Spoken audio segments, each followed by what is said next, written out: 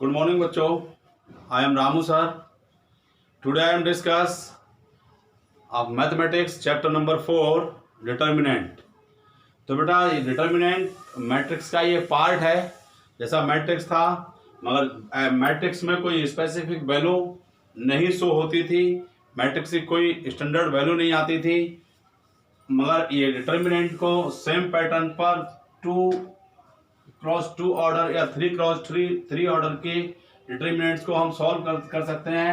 और बेटा ये एक स्पेसिफिक वैल्यू देता है. जैसे जनरल तौर पे हम देखें डिटर्मिनेंट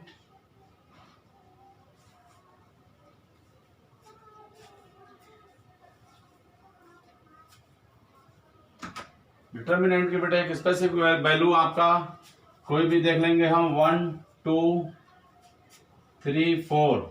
तो ये आपका सिंबल जो मैट्रिक्स का है उस सिंबल को आपने देखा होगा, ये इस टाइप का होता था. और ये बेटे डिटर्मिनेंट में ये मॉडुलस की तरह स्टैंडर्ड ये 2 वर्टिकल लाइंस होती हैं और 2 वर्टिकल्स के लाइंस के बीच में ये लिखे हुए एलिमेंट्स जो होते हैं. ये कंफर्म है कि डिटर्मिनेंट हम किसी का तभी हम बेटे फाइंड आउट कर सकते हैं जब वो स्क्वायर मैट्रिक्स या की फॉर्म में गिवन हो. It is necessary to it must be square matrix in the form of square matrix.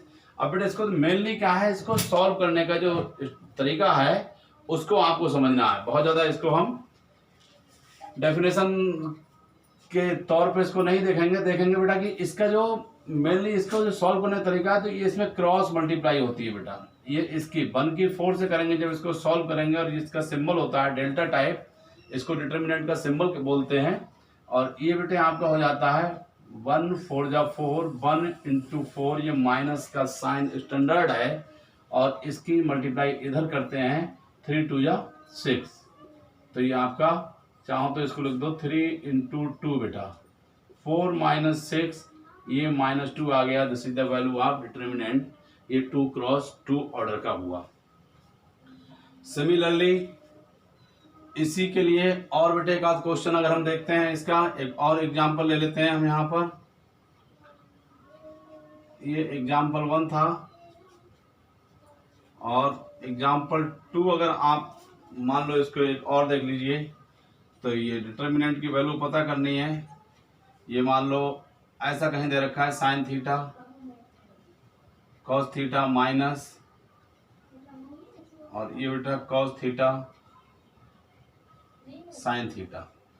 Suppose करो ऐसा दिया है तो इसके लिए निकालेंगे, फिर आप वो इसको सॉल्व करेंगे तो क्रॉस मल्टीप्लाई इसकी इससे कराएंगे तो sine into sine it becomes sine square theta minus फार्मूले में आता है और ये माइनस का कॉस स्क्वायर थीटा हो जाएगा.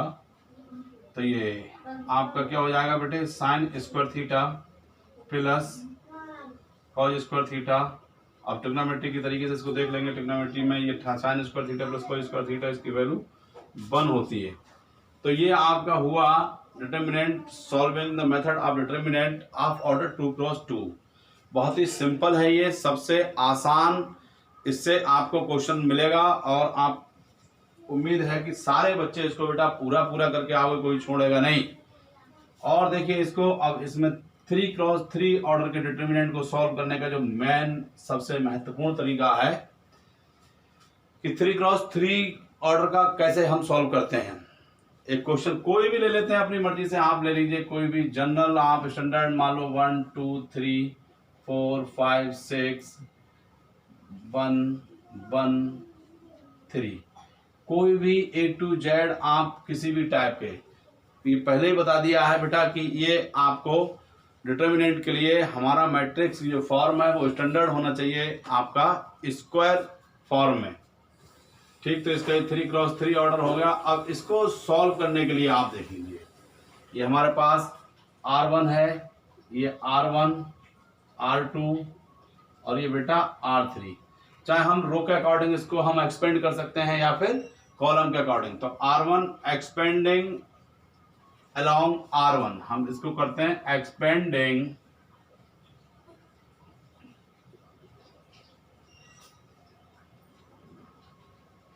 R1 के अलावा अगर करेंगे बेटे सबसे पहले हम R1 का एलिमेंट लेंगे. R1 का एलिमेंट सबसे पहले क्या है, ये 1.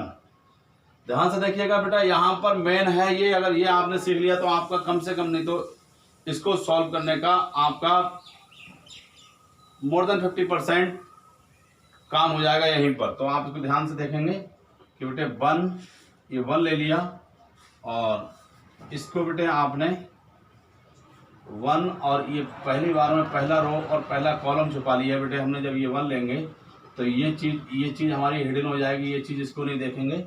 और ये वाला फिर आपका क्या रह जाएगा बेटे, ये आपका 5 की मल्टीप्लाई ये 3 से ये, तो 5 3 जा 15 माइनस 1 6 जा 6। क्लियर है।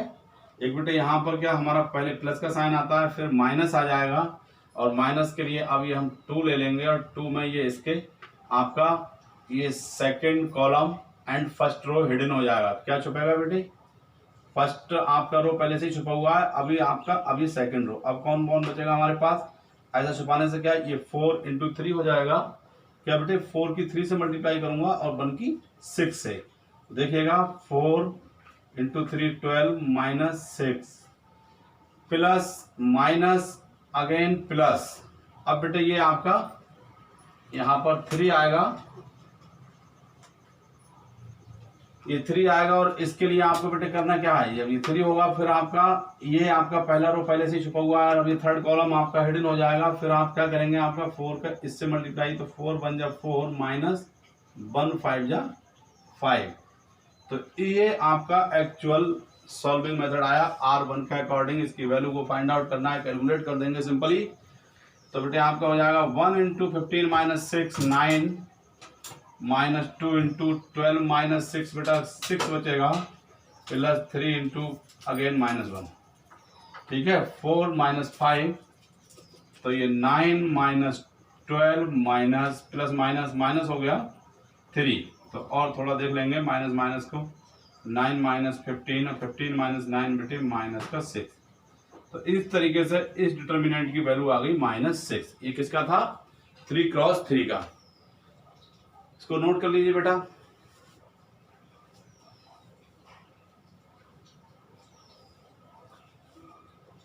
और एक क्वेश्चन लेके सॉल्व करते हैं, क्योंकि बेटा इसमें मैक्सिमम प्रॉब्लम्स ही होती हैं, प्रॉब्लम्स को ही सॉल्व करेंगे। थ्योरेटिकल पोर्शन मैथमेटिक्स में बहुत ज़्यादा काम का नहीं होता है। आप इसके लिए बस समझने के लिए इसकी डेफिनेशंस वगैरह क्योंकि आती नहीं एग्जाम में है।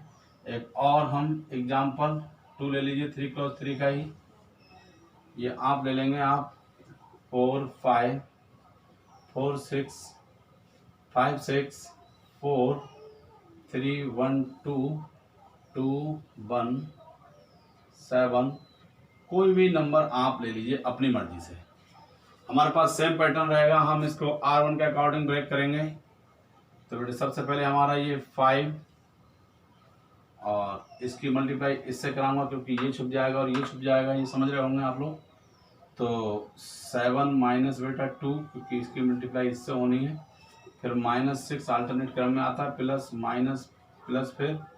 और इसके लिए बेटा आप जब ये है तो ये छुप जाएगा और ये पहले से ही छुपा हुआ है, तो 3 7 जा 21 -4 प्लस 4। अब ये वाला 4 ले लीजिएगा, फिर इसका 3 1 जा 3 -2 1 जा 2 5 × 5 -6 × बेटा ये 17 21 -4 प्लस 4 2 1। और इसको सॉल्व करेंगे तो ये बेटे आपका हो जाएगा 25 माइनस 17 6 जा 102 एंड बेटा प्लस 4 1 जा 4। और इसके लिए 25 4 29 102 और इसको माइनस कर दीजिए तो 12 माइनस 9 3 होता है बेटे, और ये 9 रह गया, 9 - 2 7।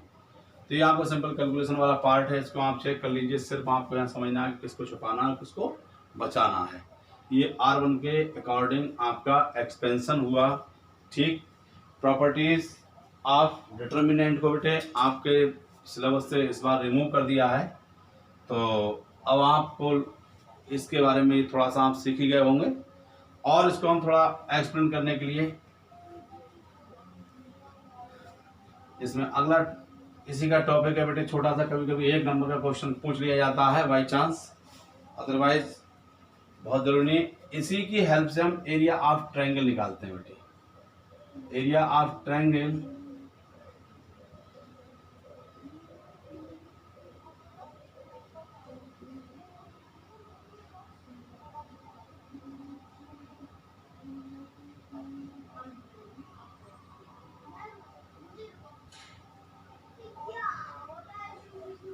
एरिया ऑफ ट्रायंगल निकालते हैं बेटे। कोई ट्रायंगल है, मान लो ये इस टाइप से, कोई भी ट्रायंगल गिवन है तो ये आपका, इसको कह दीजिए ये बेटा ए बी एंड सी होगा, और इसके कोऑर्डिनेट्स हैं, मान लो x1 y1, और ये बेटा x2 y2, और ये x3 बेटा और y3।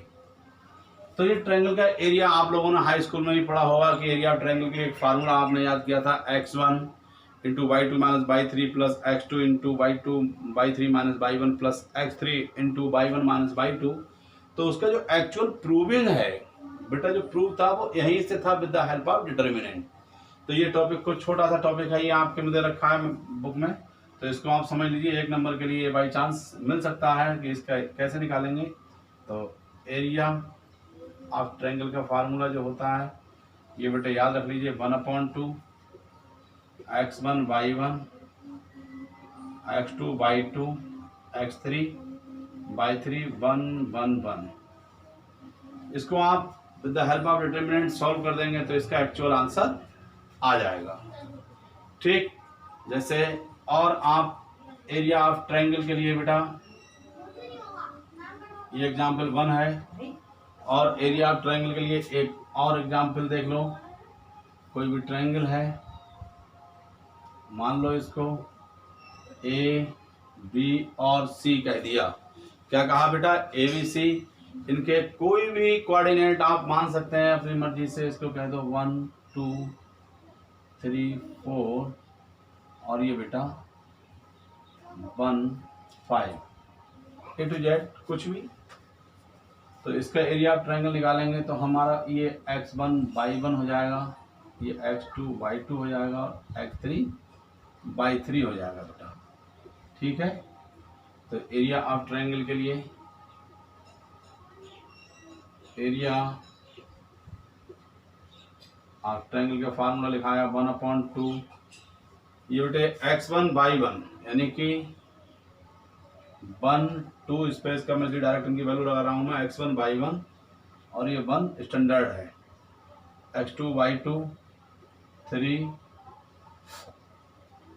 4 1 1 5 1। ठीक है, अब इसको हम सिंप्लीफाई करेंगे। तो सिंप्लीफाई करने के लिए बेटे आपके पास वही मेथड है 1/2। अब ये मैट्रिक्स को आप वही R1 के अकॉर्डिंग, रो 1 के अकॉर्डिंग खोलेंगे तो पहला रो पहला कॉलम छुप जाएगा।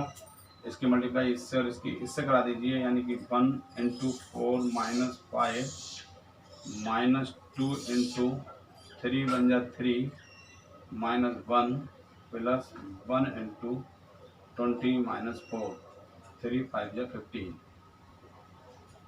3 5 15 1 4 जा 4 बेटे। अब इसको सिंप्लीफाई करेंगे तो 1/2 4 माइनस 5 बेटे कितना, माइनस का 1 बचता है, -2, और ये 2 रह जाएगा, ये 3 माइनस 1 2 हुआ, प्लस 1 और ये 11 हो गया। और थोड़ा सिंप्लीफाई कर लो इसको तो 1/2 माइनस का 1 रह जाएगा ये, और ये बेटा माइनस का 4 प्लस 11। इसको सिंप्लीफाई कर दो तो ये आपका आंसर आ जाएगा 4 1 5 11 माइनस 5 6, तो 1/2 इंटू 6, और ये आ जाएगा बेटे 3 स्क्वायर यूनिट। क्योंकि क्यों आया स्क्वायर यूनिट, क्योंकि ये एरिया है और एरिया की जो यूनिट होती है बेटे वो क्या होती है, स्क्वायर यूनिट। तो आप समझ रहे होंगे, इतना तो समझ में आ ही रहा होगा। और ये बहुत ही सिंपल चैप्टर है, इसमें कुछ है तो है नहीं। ठीक है बेटा, और इसमें नेक्स्ट टॉपिक के लिए बात करते हैं। अब आगे इसमें आप पढ़ेंगे बेटे, इसमें जो इम्पोर्टेंट है इसके लिए आगे हमारे पास जो मैट्रिक्स का ही सलूशन बताता है एडजॉइंट मैट्रिक्स, उसके लिए हमें जानना होगा कि बेटे आपके कोफैक्टर क्या होते हैं, माइनर्स क्या होते हैं। सबसे पहले हम माइनर्स की बात करते हैं। अब देखिए माइनर्स के लिए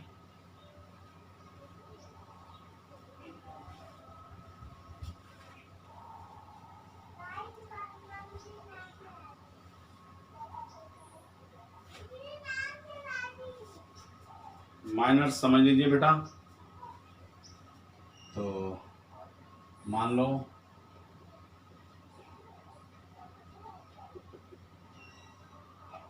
माइनर्स क्या होते हैं, कोई भी आपका डिटरमिनेंट दे रखा है बेटा,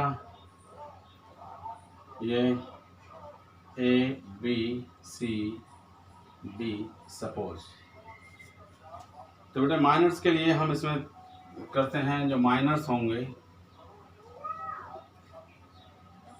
ये हमारे पास M11 M12 M21 और बेटा M22। इसकी जो M11 M12 M21 M22 ये क्या है बेटे, कोडिंग है। एक बार पहले ही बताया था फर्स्ट लेक्चर में कि ये इसको डिनोट करता है कि ये इसके एलिमेंट की आइडेंटिटी होती है। M11 का मतलब ये बेटे आपका ये M11 ही हो जाएगा। तो इसमें बेटे इसके पहला रो और पहला कॉलम छुप जाएगा। जब M11 की बात करेंगे तो पहला रो पहला कॉलम छुप गया तो ये आपका हो जाएगा D, ये फोर्थ एलिमेंट। M12 का मतलब पहला रो बेटा और दूसरा कॉलम छुपेगा तो ये बनेगा C। M12 पहला रो छुपा दूसरा कॉलम। M21 का मीन्स दूसरा रो बेटे आपका, दूसरा रो पहला कॉलम छुपा तो ये B बचेगा।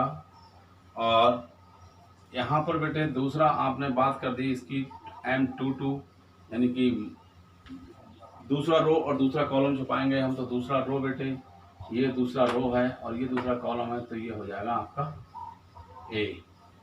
तो ये इस तरीके से आपको बेटे अगर कहीं पर जरूरत पड़े माइनर्स की तो ये माइनर्स निकालने का तरीका होता है। Is it clear? तो हमारे माइनर्स कैसे निकलते हैं बेटे, ये M11 M12 M31 माइनर्स और कोफैक्टर्स में बहुत बेसिक डिफरेंस है बेटे।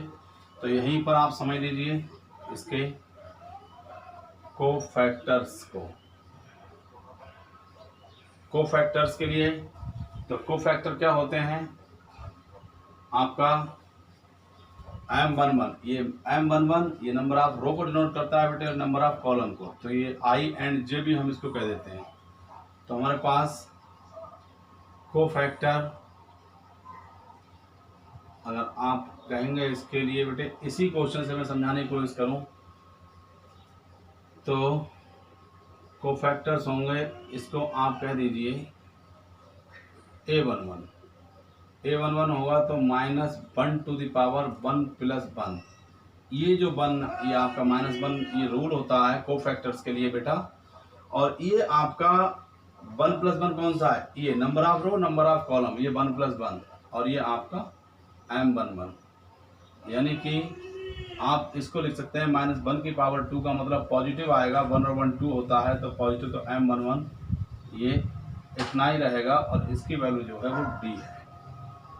ठीक है, ऐसे ही आपका बेटे अगर हम A12 निकालेंगे यानी कोफैक्टर मैट्रिक्स इसका A12 तो ये आपका -1 की पावर 1 + 2 ये हो जाएगा और ये M12।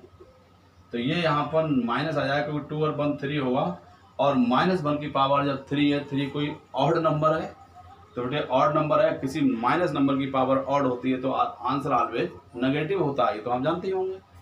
तो बेटे ये आपका सीधा सीधा ये हो जाएगा, माइनस का एक डिफरेंस आ जाएगा M12 के लिए और ये माइनस का C हो जाएगा। जनरली ये जो इसकी वैल्यू है ये नेगेटिव हो जाएगी। ऐसे ही A21 निकालेंगे तो ये -1 की पावर ये भी 2 + 1 होगा और M21 मीन्स जो भी इसकी वैल्यू आ रही है इसमें फिर से एक बार और नेगेटिव आएगा और ये M21 और M21 जो भी है वो यहाँ से आप देख के लिख दो B। ये फिर वही चीज़ हो गई आपके पास कोफैक्टर और माइनर्स। और ये A22 822 आप निकालेंगे बेटे तो इसके लिए भी आपको -1 की पावर 2 प्लस का 2 हो जाएगा बेटा। ये क्या हुआ M22, ये 2 + 2 4 हुआ। -1 की पावर जब इवन होती है तो इसका आंसर पॉजिटिव शो होता है, तो ये बेटे क्या हो जाएगा आपका प्लस। तो यानी कि ये आपका वही M22 जो है वो रहेगा और ये A था। तो ये आपके हुए कोफैक्टर मैट्रिक्स। ये क्या हुए, ये कोफैक्टर्स हुए और ये माइनर्स हुए। ये आपके लिए बहुत ही इंपॉर्टेंट है, क्योंकि कोफैक्टर्स अगर आप नहीं समझेंगे तो बेटे आपको एडजॉइंट समझ में नहीं आएगा, और एडजॉइंट नहीं समझेंगे तो आपके लिए इनवर्स समझ में नहीं आएगा, और इनवर्स अगर नहीं समझा तो आपको लीनियर इक्वेशन का जो सोल्यूशन है हमारे पास 2 और 3 वेरिएबल्स की, हम उसको सही से नहीं समझ पाएंगे। ठीक है, तो इसको आप देख लीजिए बेटा। सबसे पहले आपने माइनस पता किया, माइनस के लिए M11 पहला रो पहला कॉलम छप गया तो ये आ गया। ऐसे ही M12 दूसरा रो पहला रो दूसरा कॉलम छप गया, ये आ गया M1 के। और इसमें आपको अल्टरनेट एक बार प्लस एक बार माइनस, एक बार प्लस एक बार माइनस, ये आपका स्टैंडर्ड फॉर्म बन गई किसकी, कोफैक्टर्स की। तो इसको नोट करिए। इसके बाद इसको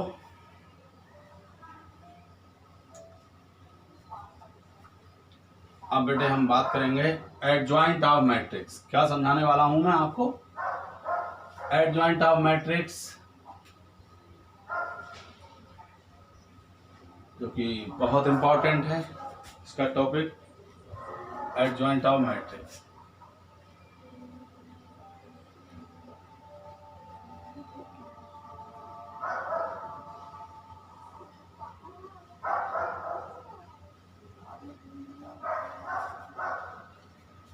एडजॉइंट ऑफ मैट्रिक्स तो देख लीजिए जरा।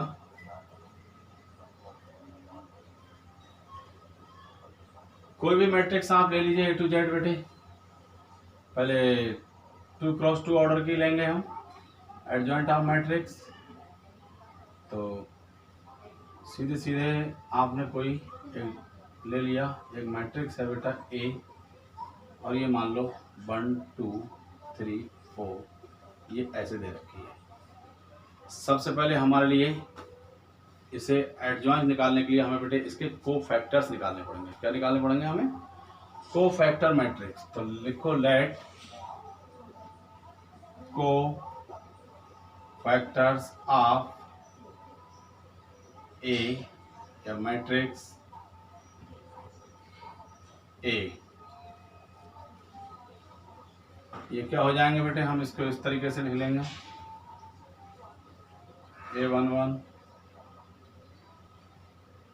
A12, या इसको एक B ले लो, B11 B12 B21 B22। इस तरीके से ये मैट्रिक्स को आप लेंगे। तो कोफैक्टर्स लेने के लिए हमें करना क्या है बेटे, पहले हम क्या करेंगे, B11 का नाम चेंज कर दिया थोड़ा सा। तो ये B11 के लिए आपका पहला रो पहला कॉलम छुप जाएगा बेटा। तो ये -1 की पावर 1 प्लस का 1, और ये आपका पहला रो पहला कॉलम छुपेगा तो क्या होगा बेटे, ये 4।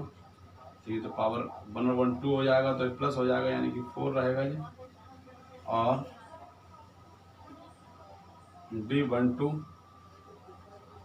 तो -1 टू द पावर 1 प्लस का बेटा 2 होगा। ये पहला रो दूसरा कॉलम छपेगा, पहला रो दूसरा कॉलम छपेगा, पहला रो ये और दूसरा कॉलम ये। तो ये बेटे आपका आ जाएगा 3, और ये 3 भी क्या होगा आपका -3, क्योंकि इसकी वैल्यू नेगेटिव आएगी। ऐसे ही B21, तो B21 के लिए अगर आप बात करें बेटा तो आपका दूसरा -1 टू द पावर 2 + 1, दूसरा रो और पहला कॉलम छपा है, तो ये आपका 2 रहेगा, और ये भी वैल्यू माइनस की शो करेगा, क्योंकि 2 और 1 3 होता है, माइनस की वैल्यू 3 रहेगी। तो बेटे आपका क्या रहेगा, माइनस में आंसर आएगा।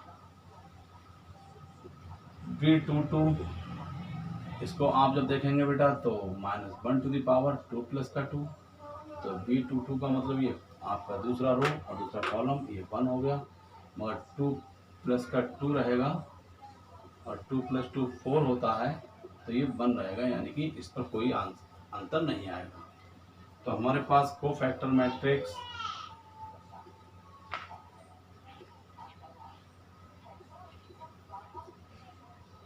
जो हो जाएगी B जो है वो हो जाएगा आपका बेटे B11, B12, B21 और B22।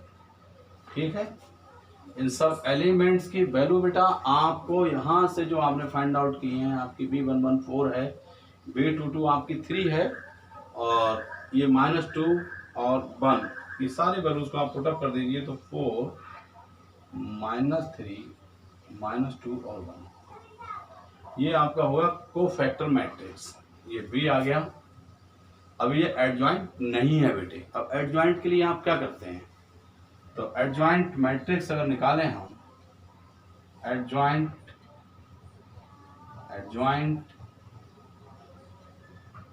ऑफ ए की बात करेंगे तो ये बी का transpose, adjoint of A equals to transpose of B. यहां लिख दो बेटे, transpose of cofactor matrix means इसका ट्रांसपोज कर दीजिए, तो ये आपका हो जाएगा बेटे 4 -3। ट्रांसपोज के लिए तो पता होगा बेटे कि हम रो और कॉलम को इंटरचेंज करते हैं, कल इसको खूब वाइडली एक्सप्लेन किया था। तो 4 -3 -2 1, this is adjoint of matrix. Is it clear? तो ये हो गया adjoint of A. Note down it बेटा। तो इस तरीके से आज आपने डिटर्मिनेंट पढ़ा, डिटर्मिनेंट का सिंपल सॉल्यूशन पढ़ा, जनरल एक्सपेंशन जो एक्सपेंड करने का तरीका हमने देखा, और बेटे हमने क्या पढ़ा है कि माइनर्स पढ़ा, कोफैक्टर्स पढ़े और एडजॉइंट ऑफ मैट्रिक्स पढ़ लिया। ठीक है, और एक एग्जांपल एडजॉइंट ऑफ मैट्रिक्स का मैं बताता हूं आपके लिए, इसको रफ करता हूं बेटा। तो ये आपके लिए सबसे आसान टॉपिक है मैथमेटिक्स का, कोई बच्चा इसको लेफ्ट नहीं करेगा, इसको ध्यान से हम लोगों को पढ़ना है और कंप्लीट फुल मार्क्स ही आते हैं इसमें। और देखिए एक आपके लिए मान लो कोई ए मैट्रिक्स है बेटे, एग्जाम्पल 2, इसको 4 5 6 1 2 1 3 1 4, कोई भी ले लो, ये स्क्वायर मैट्रिक्स होना जरूरी है। क्रॉस आपका इसके लिए जो एडजॉइंट मैट्रिक्स फाइंड आउट करने के लिए, तो सबसे पहले हम क्या करेंगे बेटे, इसके लिए हम इसके क्या निकालेंगे बेटे, कोफैक्टर्स। सबसे पहले क्या निकालेंगे हम, कोफैक्टर मैट्रिक्स। तो लेट कोफैक्टर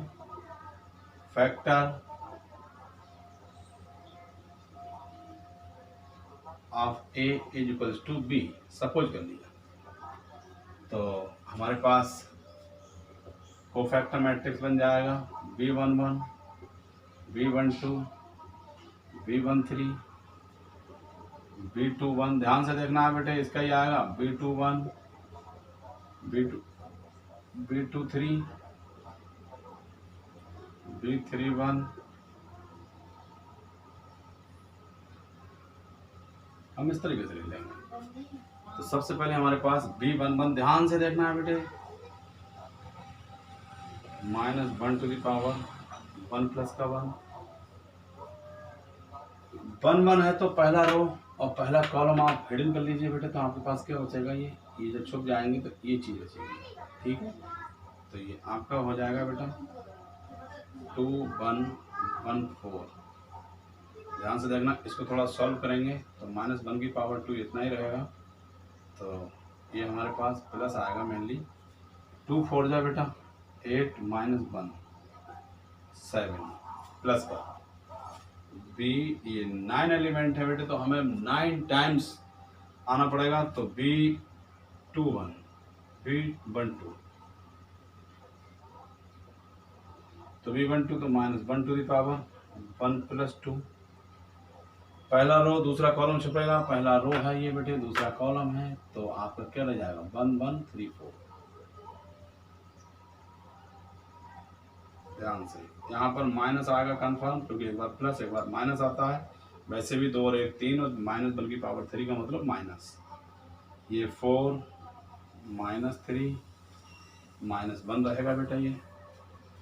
ऐसे ही B13 -1 टू द पावर 1 + 3। 1 3 का मतलब पहला रो तीसरा कॉलम 1 2 3 1।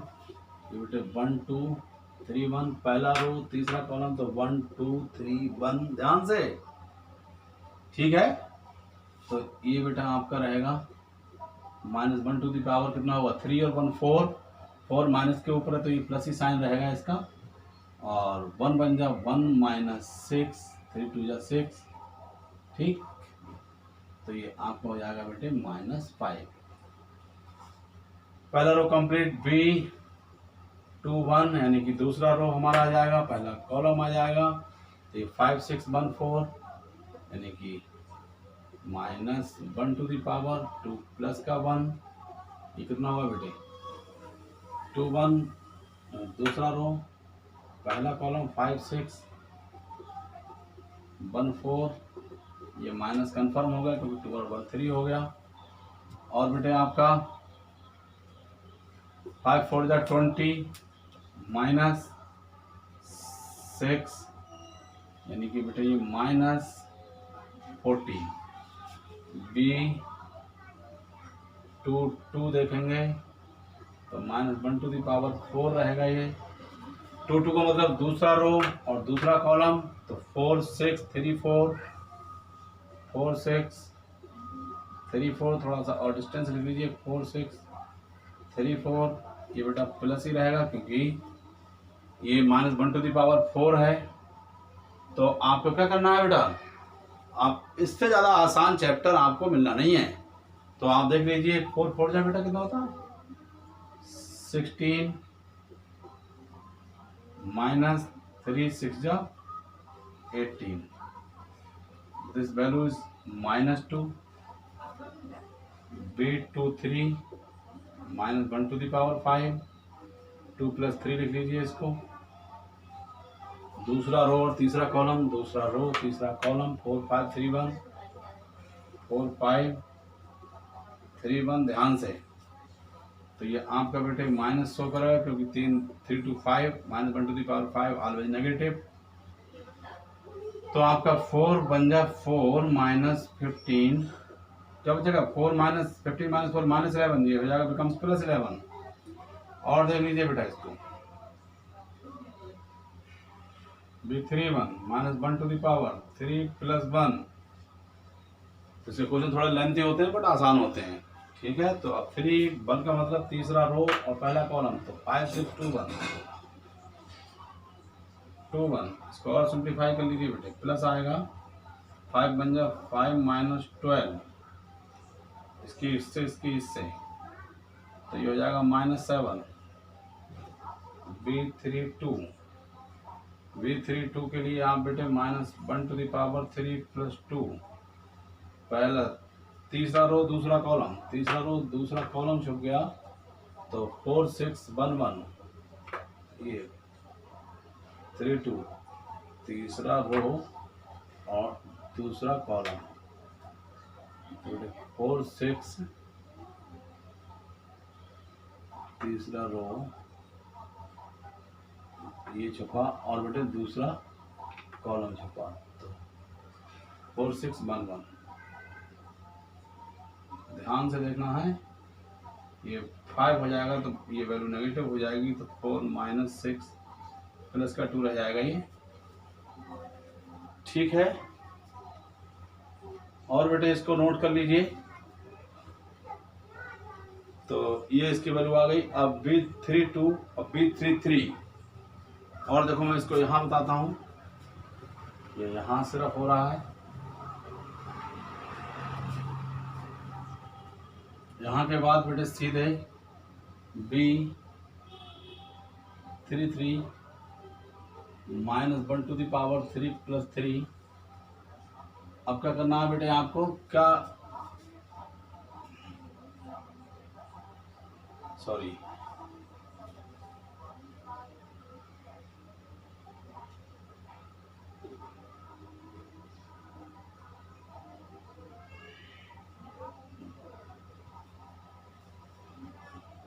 तीसरा रो और तीसरा कॉलम,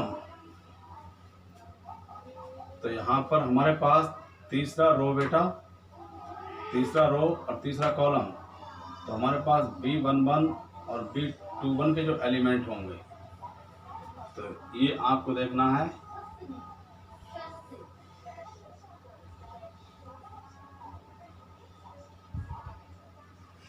यानी कि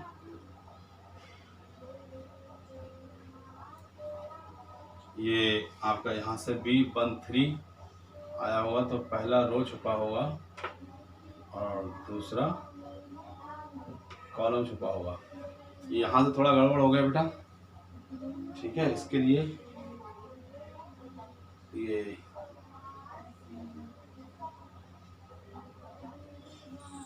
ठीक है, इसको मैं क्लियर करता हूँ नेक्स्ट लेक्चर में।